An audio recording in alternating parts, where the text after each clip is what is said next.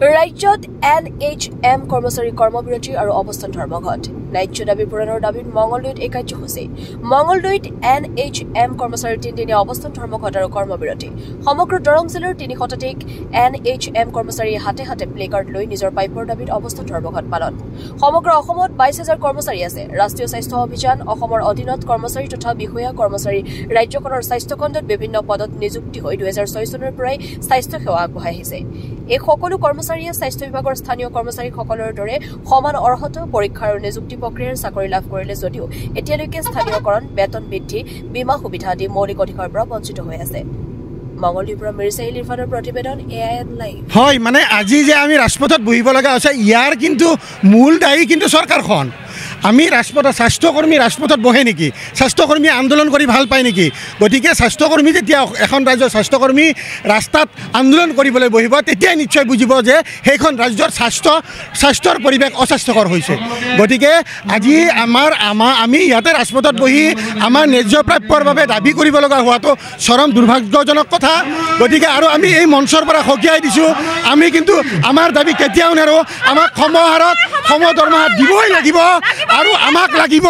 7 pay কমিশনৰ অধীনত আমাক দৰমহা দিব লাগিব আমাৰ এই দুটাই মূল দাবী আৰু বাকি সৰু সুৰা দাবী চৰকাৰে এনেও মানিব কিন্তু এই মূল ঘাই দাবী দুটা যদিহে চৰকাৰে নেমানে অনাগত দিনত কিন্তু আমি এই ধৰ্ণা প্ৰতিবাদ কাৰ্যসূচী আগবঢ়াই লৈ যাম ৰোগীসকলক পণবন্দী কৰাৰ ইচ্ছা আমাৰ একেবাৰে নাই সেইকাৰণে আমি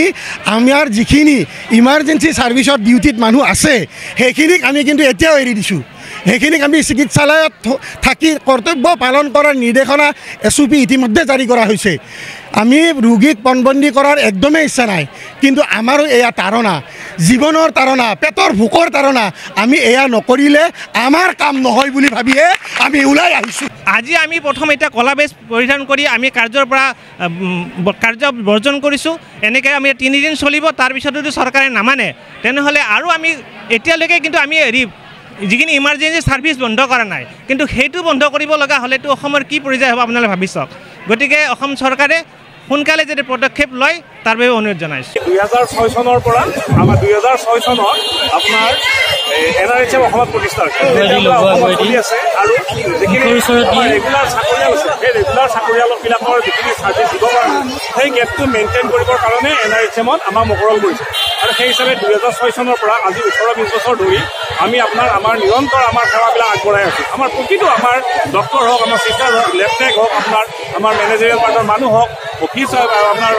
কাম কৰা মানুহ হওক সকলোৱে এনেকৈ কামবিলাক আগবঢ়াই গৈ আছে আৰু আপোনালোকে এটা বস্তু লক্ষ্য কৰিব আমাৰ যেতিয়া হস্পিটেলখনত আপোনালোকে যাব তাতে গ'লে কোনজন NHMৰ বা কোনজন ৰেগুলাৰ সেইটো আপোনালোকে পাৰ্থক্যটো উলিয়াই দিব কিয় নোৱাৰিব কাৰণ সকলোৱে একে কাম কৰি আছে একেখিনি কামকে সবে কৰি আছে কিন্তু যিখিনি মৰ্যাদা কামৰ যিখিনি মৰ্যাদা বা যিখিনি আপোনাৰ পাৰিশ্ৰমিক বা দৰমহা বুলি কওঁ আমি সেই দৰমহাখিনি আমাৰ কৰ্মচাৰীসকলে আজিলৈ পোৱা নাই চৰকাৰে 2006 চনৰ পৰাই আমাক আশ্বাস দি আছে এই লৈ বহুতবিলাক আমাৰ আলোচনা হৈছে চৰকাৰৰ লগত বহুতখিনি আমাৰ আন্দোলন হৈছে ধৰ্ণা হৈছে বহুত হৈছে চৰকাৰেও আলোচনা কৰি গৈছে কিন্তু আজিলৈ আমি যিটো বিচাৰিছোঁ আমি বিচৰাৰ পৰিৱৰ্তে তেওঁলোকে আমাক এই ক্ষেত্ৰত আমাৰ একো দাবী তেওঁলোকে মানি লোৱা নাই বা আমি যিটো বিচাৰিছোঁ যে আমাক সমদৰমহা লাগে বা আমাক এটা পে ষ্ট্ৰাকচাৰ লাগে আপোনালোকে জানি আচৰিত হ'ব আমাৰ ইমান কৰ্মচাৰী আছে আমাৰ প্ৰায় 27,000 বা 30,000 কৰ্মচাৰী আছে NHMত আমাৰ আজিলৈ পে ষ্ট্ৰাকচাৰ নাই আমাৰ যে দৰমহাৰ গাঁথনি নাই দৰমহাৰ গাঁথনি নোহোৱাকৈ আজি আমাৰ 18 বছৰ 20 বছৰ আমাৰ মানুহবিলাক কাম কৰিছে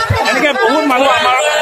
বয়সৰ উৰ্ধসীমা পাৰ হৈ ৰিটায়াৰ্ড হৈ গ'ল তেওঁলোকে একো এটা নোপোৱাকৈ এই চাকৰি পৰা গোটেই জীৱনটো তেওঁলোকে অসমৰ ৰাইজৰ নামত চৰকাৰৰ নামত তেওঁলোকে ডিউটিৰ নামত দান কৰি গ'ল নিজৰ জীৱন কিছুমান আমাৰ কৰ্মচাৰী ইতিমধ্যে মৃত্যু হৈছে কিন্তু তেওঁলোকৰ পৰিয়ালে বা সেই মানুহজনৰ পৰিয়াল কেনেকৈ চলি আছে এইটো অকল আমাৰ NHMত থকা যিখিনি আমি কৰ্মচাৰী তেওঁলোকেহে জানো যে সেই পৰিয়ালটো কেনেকৈ চলিছে দ্ৰুত ইণ্টাৰনেট দ্ৰুত সংযোগ এতিয়া এমনেট ফাইবাৰ ফাষ্টৰ সৈতে বাফাৰ নহয় স্পীড উড়াত নয়ন ইনফৰটেকৰ এমনেট ব্ৰডবেণ্ড ব্যৱহাৰ কৰক 3 মাহৰ ফ্ৰী ইনষ্টলেশ্যন পোৱা যায় মাত্ৰ 342 পৰা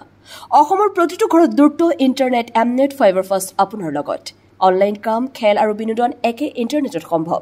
আপোনাৰ স্পীড আপোনাৰ পছন্দ 30 Mbps-ৰ পৰা 155 Mbps-লৈ এতিয়া ধীৰ ইণ্টাৰনেটক বিদায় দি ফাইবাৰ ফাষ্ট লৈ আহক অসমত প্ৰথম দ্ৰুততম ইণ্টাৰনেট সেৱা MS নয়ন ইনফৰটেকৰ পৰা নতুন যুগৰ নতুন স্পীড ফাইবাৰ ফাষ্ট ব্ৰডবেণ্ড ঘৰলৈ